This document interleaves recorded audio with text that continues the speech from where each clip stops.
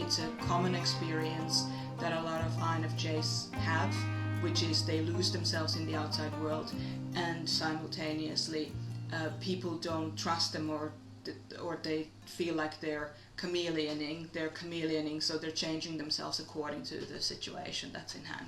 So one person within them was thinking this, and the other person within them was thinking that, and whomever was, out of those four people within, whomever was the most loudest at the time got the vote. And then of course how that shows up in the outside world is, in one situation you do this thing, and then when the same situation occurs again, or this is how it seems to other people, you do the completely opposite thing. So it's almost like you're not congruent and consistent in your actions in the outside world. Greetings from the Simulov Academy of Human Integration. It's Maria here. Happy Tuesday morning for those of us in Australia, and Monday afternoon, evening, the rest of the world. Interesting things have been happening today. It has been super illuminating for some of our students this morning, the work that we've been doing.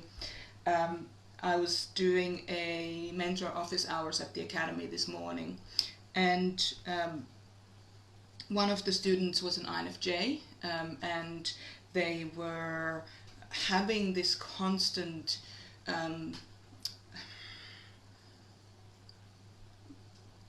grouping of thoughts that were contradicting one another. So for example, they could feel like they have no resistance, or that they don't feel any more resentment toward their birth family on one hand, but then on the other hand they're still struggling with being seen like they were as a child in their family. And it's such an interesting space to be in, when you are saying that one thing is true and then another thing that is completely contradictory to that original point can be true at the same time. And I know a lot of INFJs in particular, we are excellent at holding several different points of view in hand.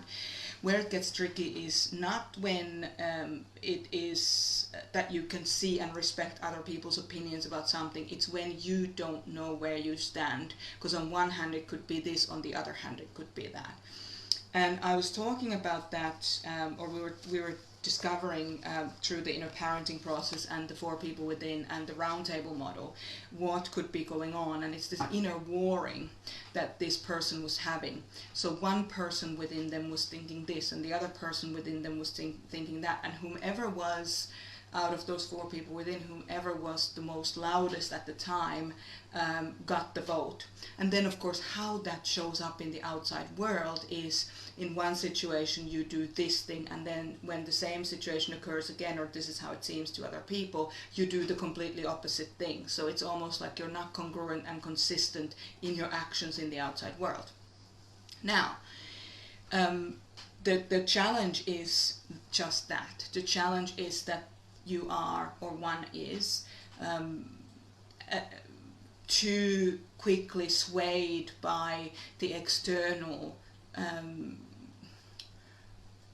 influence or effect on us. Many of us feel fine at home, we feel fine in our car, we drive everywhere because we know if we take public transport we can't escape.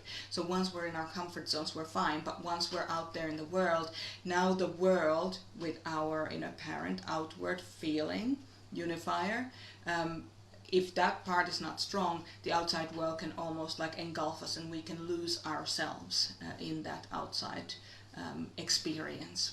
And then again begin to have that internal warring about how we should show up in the world. And it really depends on your level of stress or distress in that situation, how you do show up, because there are such things as introverted loop and extroverted loop depending on your level of distress in that moment. So this was a really interesting conversation we had this morning, and I really want to thank all of our students, and in particular the student who's tuning in. I'm obviously going to protect their privacy, so if you're tuning in, thank you so much for bringing this experience to the forefront. It's a common experience that a lot of INFJs have, which is they lose themselves in the outside world, and simultaneously people don't trust them, or or they feel like they're chameleoning, so they're changing themselves according to the situation that's in hand. So,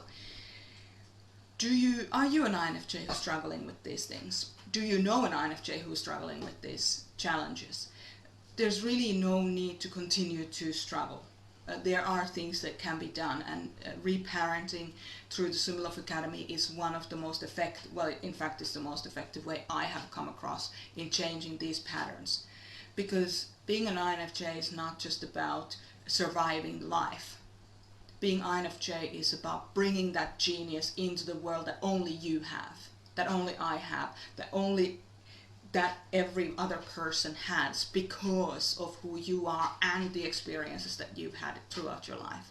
There is nobody like you, and I know it's a cliche, it's, frowned upon, and people are talking about, this is such, hype talk and whatever. Having worked with thousands of people, I have yet to meet 2 people who are the same. So whenever you hear people criticizing me or somebody else saying that everybody's unique, it's because it's a fact. There is nobody like you. Now the question becomes, do you want to bring your gifts to the world that may be lying beneath your deepest wounds? And if you do, join us at sumalov.com. Alright, I'll talk to you soon. Have a great day.